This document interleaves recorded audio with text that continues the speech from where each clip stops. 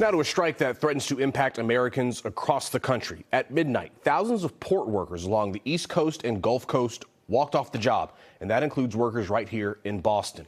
Operations at the Conley Container Terminal in Boston have grinded to a halt as a result of this strike. And a similar scene is playing out in a number of other major ports on the East and Gulf Coasts. It's happening from New York City to Miami to Houston. We have live team coverage of the strike and its impact on your wallet. We're going to begin at the Conley Terminal. NBC 10's Darren Botello live near the picket line. Darren, I know you spoke with some of those dock workers. What are they telling you? Well, Corey, I don't know if you hear the vehicles behind me, their horns honking. They've been doing this all day in support of these dock workers. Dozens of them standing right behind me, sitting in chairs, also with signs right there, saying that they want higher wages, also protection from automation, and they say they're not leaving the spot until that happens. Every few minutes on Tuesday, horns honking in support of these dock workers on strike in Boston, standing here outside Conley Terminal on day one of the strike. We're fighting for a fair contract and to protect our jobs from automation. The equipment here motionless on Tuesday until further notice. Massport says Conley Terminal is closed because of the strike. Massport added that Conley Terminal and the Port of Boston support about 66,000 jobs, generating more than $8 billion every year for the economy of Massachusetts. Last year, we got about 36,000 cars coming through the port. We had about 400,000 tires coming through the port and 100,000 refrigerators and freezers. About 50,000 members of the International Longshoremen's Association on strike, with no agreement reached between them, and these major ports on the East and Gulf Coast grinding to a halt. One of the great advantages of Boston is that we're relatively close to Canada. That means ships can go to places like the Port of Montreal, then go to the Port of St. John's, and then things can be trucked over the border. The dock workers here in Boston, according to Massport, move about 250,000 containers a year, which is relatively smaller than some other ports like Baltimore that handled more than 4 times that number of containers last year. I don't expect major disruptions right now to operations here in Massachusetts. What I've said, though, is that the parties need to work this out, and I call for a quick resolution to this issue.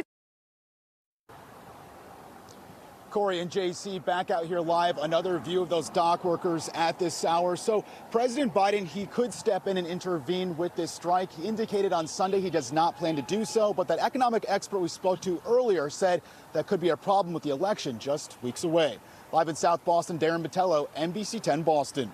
Right, Darren. So as you just mentioned, the strike is stopping the flow of goods that we use every day. So what does this mean for you and your wallet? NBC 10's Anika Hope picks up our team coverage from Needham with a breakdown for our budgets. Anika. Yeah, and for many people, this brings up memories of toilet paper hoarding and other pandemic supply chain issues. But economists we spoke to said no need to stock up like that. This is not the same. What are we going to do? Shut them down! Tuesday, thousands of East and Gulf Coast port workers walked off the job on strike. Whether we see price hikes, empty shelves, or an impact on inflation, supply chain experts say all depends on just how long that strike lasts. If this strike does drag on for a week, 2 weeks, that's when we could start to see some impact. Fresh fruits, like bananas, 2-3 weeks, it's going to be a little harder to find inventory. Many of the items on your holiday shopping list may already be here and ready to wrap. A lot of these goods come from China and Vietnam, and that makes it easier to reroute through the West Coast. But products from Europe aren't as easily rerouted, like European wine, for example. If it's $15 a bottle, you can't afford to put it on a plane. So once domestic stock is depleted, there really isn't a plan B. Well, Massachusetts is not home to the heavy hitter of ports. Boston is not, one of the largest ports in the U.S. New York, for example, is about, 10 times larger by volume. Many jobs in the state do rely on imported materials, now stuck on ships. Construction, for one. When their inventories run out and they need more materials, then it's going to be a problem for the production side. But experts we spoke to say these challenges are far from 2020 pandemic-era problems that many remember. This time around, we're seeing, inventories at a lot more comfortable levels. There's a bit more give in the supply chain. So those experts you just heard from said that the president can intervene in this, but another big factor, the election. In Needham, I'm Anika Hope, NBC 10, Boston.